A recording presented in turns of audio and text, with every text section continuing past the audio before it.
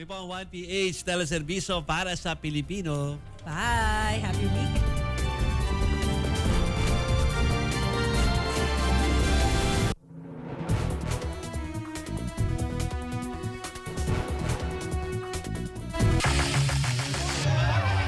Beking laman daw ng chismis ng mga kapitbahay. Yung buhay ko lagi na lang po tinitipis ko sa kapitbahay. Nagdadala ng lalaki yan.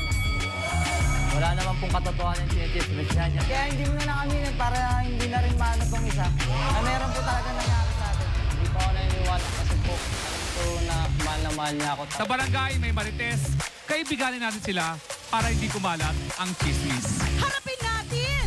Face to face!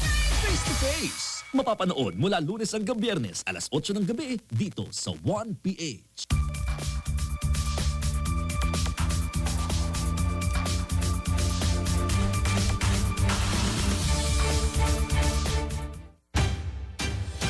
Mga programang mapapanood ngayong Biyernes sa 1PH.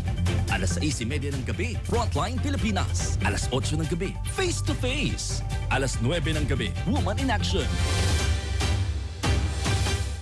Mahirap pong mag-abang ng masasakyan kasi nga po malalim na yung tubig sa dinadaanan. At kung dati bawal ang shorts at tsinelas, ganyan muna ang uniforme ng mga empleyado ngayon. Pinagsusot din sila ng bota.